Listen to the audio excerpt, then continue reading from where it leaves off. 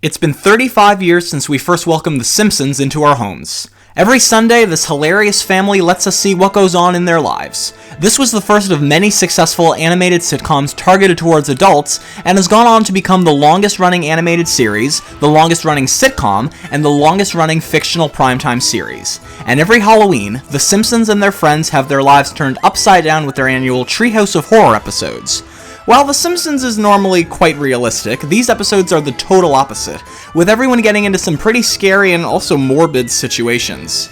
But in a show lasting as long as The Simpsons, the Treehouse of Horror episodes aren't the only scary ones. In this video, I'm looking back on the BLUNDER years, a Simpsons episode that originally aired back in 2001 during its 13th season that involved a murder mystery. Like most episodes of the show, the start of this one doesn't really have anything to do with the main plot, but it kind of segues into it. While Marge is putting away groceries, she becomes instantly smitten by a spokesman on the paper towel package she bought, Burley, and becomes even more impressed by how incredibly absorbent they are. I know that the Simpsons are known for predicting the future, and I think that they predicted the ShamWow. Remember those? When Marge pulls Lisa out of school to show her that Burley is still absorbent even if it's already wet, it's very similar to the ShamWow. Marge ends up buying many rolls of Burley, mostly to stare at the spokesman, making Lisa uncomfortable and Homer jealous. Marge writes a letter to Burley requesting a signed photo, making Homer so jealous that he retaliates by using the Flanders phone to call Marge, disguising his voice as Chad Sextington, the apparent model for Burley. But I feel like that was just a name that Homer made up. Homer, as Chad, tells Marge that he was very touched by her letter and requests to come over for dinner with the Simpsons. Marge is very excited and has her family get all dressed up, even using a roll of paper towel as a red carpet. But when their dinner guest finally arrives, it's just Homer's friend Barney Gumble in a very poor disguise. This prank really upsets Marge, and after Lisa confronts Homer and Bart, they feel guilty. Lisa suggests taking Marge out to dinner and a show, and the family goes to some kind of dinner theater. Anybody notice Big Bird on the celebrity portraits in the background?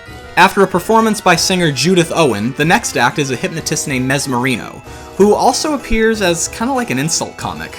The first person he hypnotizes is Professor Frank, who he at first belittles for being alone before hypnotizing him into changing his appearance, making him more appealing before changing him back. Homer's boss Mr. Burns and his assistant Waylon Smithers are also at the show, with Mesmerino first calling Smithers Four Eyes and criticizing Mr. Burns for his age, with Homer being the only one laughing. Then Mesmerino assumes that Mr. Burns is Waylon's father, to which Waylon responds that his father is deceased, with Mesmerino calling him a downer. The next person Mesmerino hypnotizes is Homer, hypnotizing him to believe that he is 12 years old again, but during this, Homer starts screaming and Mesmerino can't snap him out of it, with Homer screaming carrying on all the way home and Lenny and Carl bringing him home from work early. To try to figure out what's going on, Marge has Homer drink from her Yaki tea set, learning that it helps to recall past events. After Homer has some, he remembers that when he, Lenny, and Carl were younger, they would hike regularly, recalling a time when they were stopped by a young but still very tough-sounding Fat Tony and his crew. However, they get frightened off when Moe shows up with a gun. Back in the present, Moe arrives at the Simpsons' house wondering why Homer, Lenny, and Carl aren't at the bar. Lisa answers that they're trying to uncover Homer's previous trauma, to which Moe remembers the time he wigged out, having some of the Yaki tea himself. Moe remembers that he went camping that night with Homer, Lenny, and Carl and witnessed a fire at the nuclear power plant, but they just kind of brush it off and head to the quarry the next morning for a swim. After realizing how high it is, they're a bit anxious to jump off, but Homer does so right away, only to land in mud. But Homer remembers there being a bit more to the story than just that. After getting up from the mud, he notices that the pipe is blocked, and when he releases the water, a corpse lands on him, just as Moe, Lenny, and Carl take off. Now that the memory has officially been repressed, Moe questions how the body got there, with Marge figuring that perhaps it was murder. Lisa surmises that if Homer never shared this information with anyone, the body could still be there. Bart declares that it's a case that only the Simpson family can solve, with Moe, Lenny, and Carl leaving feeling left out. The Simpsons head to the quarry and find Chief Wiggum there. Lisa tells him what's going on, and Chief Wiggum asks if he can help. He throws a grappling hook into the quarry, but it only catches a shopping cart. Just then, Marge gets an idea. Throwing several Burley paper towels, the skeletal remains of the body are discovered. To get more answers, Chief Wiggum and the Simpsons travel through the pipe, leading to a hatch above. Chief Wiggum opens the hatch, leading to Mr. Burns in his office. He asks them, "What are you doing in my corpse hatch?" Chief Wiggum takes that as a confession and has Mr. Burns arrested for murder. Mr. Burns nervously tries to cover it up until Bart shows him the skull of the remains. Mr. Burns admits that the skull was that of his former co-worker, Waylon Smithers Sr. However, Mr. Burns saw this coming for years and is able to prove his innocence with footage from the power plant surveillance camera. Footage reveals that after Waylon Jr. was born, his father attempted to stop the power plant's nuclear reactor, which was the cause of the fire that Homer, Lenny, and Carl witnessed. While he successfully stopped the reactor, he did not survive. Wow, I think this is one of the few times I've ever seen Mr. Burns actually care about someone. Like, he seems really sad about it. But little does Mr. Burns know that Waylon Smithers Jr. is actually listening and had never known the truth behind his father's death.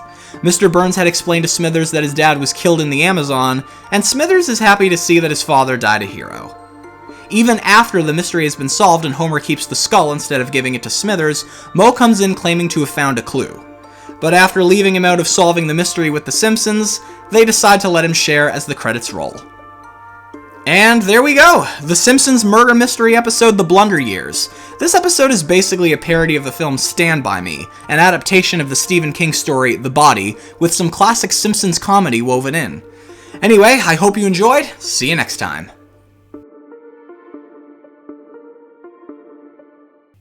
Hi everyone, it's James. I kind of have to end this video on a sad note. I had it planned for a while that I was going to be reviewing this particular episode of The Simpsons weeks ahead, just as the world had heard about the passing of legendary actor James Earl Jones. In the intro, I mentioned the Simpsons Treehouse of Horror episodes, which started in the show's second season. In the first ever one, James Earl Jones was featured in all 3 segments, narrating the story of the Raven and providing the voices of a moving man and an alien.